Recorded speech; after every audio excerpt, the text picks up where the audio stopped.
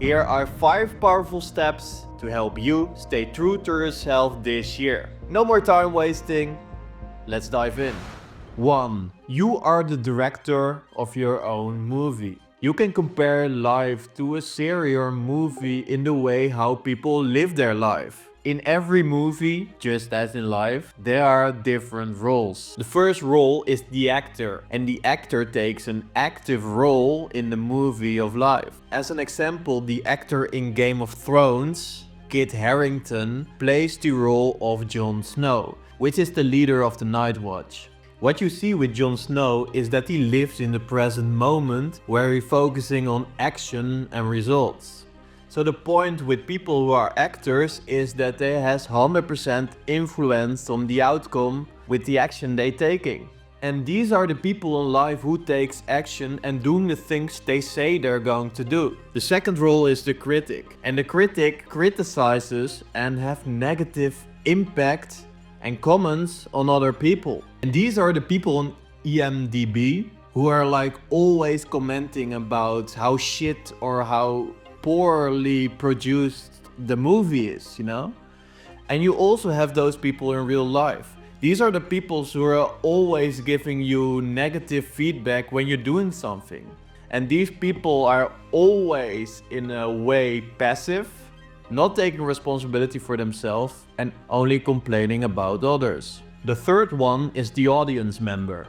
And this is like a bystander who only observes and watches the movie. You know, you can compare it to like that guy who's watching Game of Thrones, sitting there, laying down on the sofa, just chilling, just very comfortable. It's like those guys who are waits and hopes that lives get better without taking the action for themselves. And then finally you have the director. And the director is the visionary who builds the movie and builds the future. And in Game of Thrones this is Nina Gold and Robert Stern, I believe.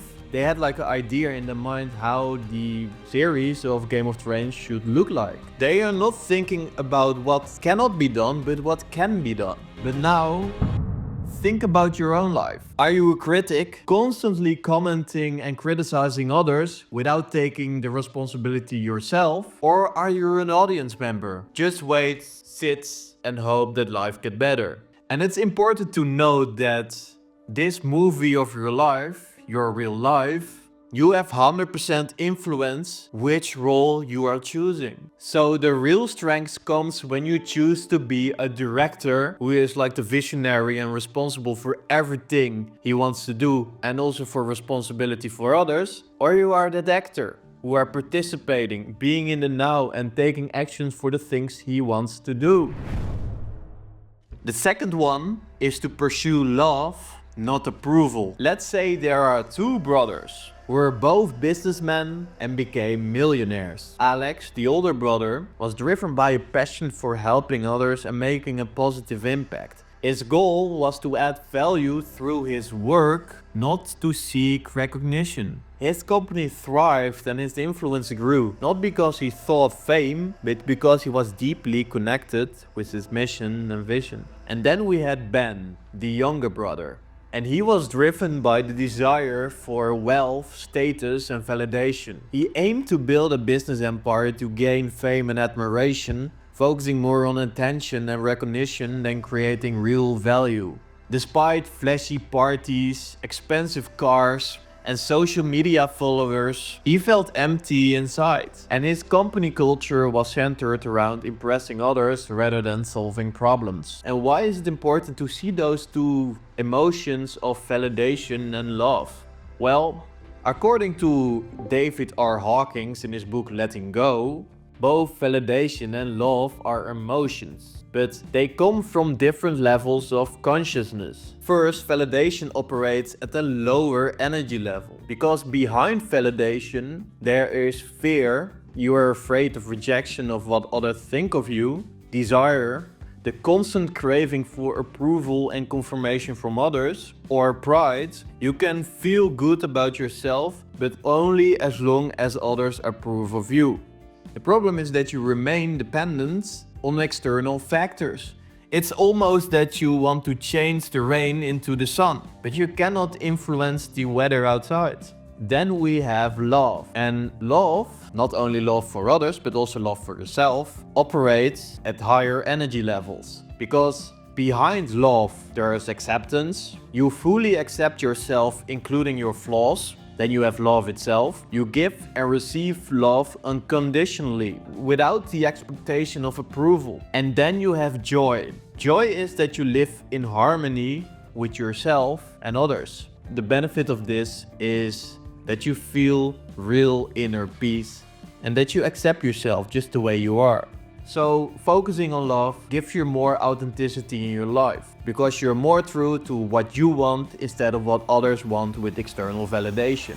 To be true to yourself, the next step is to see your goals in the way that you already achieved those goals. And this is a powerful practice which Bob Proctor calls his winner's image. He has like a very good video about it, which I also will link down here. So when you're already visualizing the things as you achieved them themselves, you activate a powerful source in your subconscious mind that aligns your current actions in life with your new self-image. As an example, one thing which I want to focus more on is my physical appearance. Normally I just wear t-shirts and just normal clothing, you know. But the person I want to be in the future is a person who has more like a classy style. So one of the things I'm currently slowly changing is that I'm going to wear more suits often. It's not that I want to become like a businessman or something, but this is just like confirmation to my subconscious mind that I want to be that person who wears suits more often. And because I wear suits more often, subconsciously, I'm also taking better action to focusing on the things I want to do. So if you want to change your reality, you must change the way you perceive and see yourself. And this is the same as Edison, who invented the light bulb, or the Wright brothers established the airplane. They all saw their dreams before they became reality. So they visualized already the things they wanted to do in life. Every day, in and out, they always had this dream in mind. They didn't wait for the world to approve them. So, I want you to close your eyes right now and picture yourself living your dream life. How does it look like? How do you view yourself? What can you say about your physical appearance? What are the goals you want to achieve in life? What can you say about your inner self? Who do you want to be? Do you want to be a confident person or just a kind person? And think about your relationships. Do you want to start a family? Are you surrounded with the right friends? And what are the things you want to do in your free time? Maybe you want to do adventurous things. Maybe you want to get a dream car of yours. Or you want to build your dream house, or you want to have financial freedom. And which emotion is close to those goals? Is it fulfillment? Is it happiness? Okay, open your eyes again. Your inner image must reflect the person who has already achieved success. You're not really searching for a success, it's already within. You are success. You are confident. That's how it works. To be authentic and true to yourself, see those personal or business goals already as you achieve them.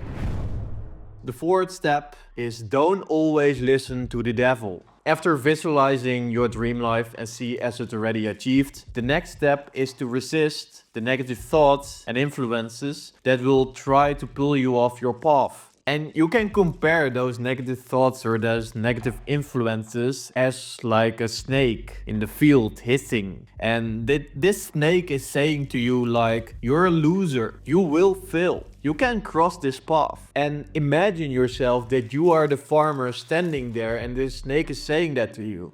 And finally, you as a farmer start doubting yourself. But then on one moment, you see, this is just a small snake, a small harmless snake. He's only talking without real threats. But finally, you just step over the snake. No, it's just a small snake. Realizing there wasn't an obstacle. The real obstacle was your own fear. And we all have those, devils sitting here, talking bullshit to yourself. Like, think of all the ways you said to yourself, like, I cannot do it. I never did it before. My friends are not doing it, so I should also not doing it. It's like that inner critic who wants to protect you, but mostly of the time they don't protect you, they destruct you. But the key is to not always listen to this snake or devil. You can just say, no, this is not true. Because negative thoughts aren't just like this. They are false beliefs and old patterns based on your experience in life, which holding you back. Is he saying this because he wants to keep you small and comfortable? Or because he wants to pursue and that you fulfill your potential? Probably the first one. So how can you get rid of this devil? Well, when those negative thoughts arrive, say to yourself, would I say the same things to my best friend? The answer is probably no. So why should you say it to yourself then? Instead, be kind and supportive to yourself. So silence this inner critic, stay on track, and keep your focus on the positive side of the world. Final step. Woo! We are at the final step. The last one is be consistent even when you don't feel like it. Okay, after we manage now our demons, we should build consistent habits, especially in the morning time. So let me introduce you to two versions of me. First, we have the lazy Ronald. Lazy Ronald stays in bed in the morning, scrolling in bed, procrastinate the things he actually wants to do. And then you have structure Ronald.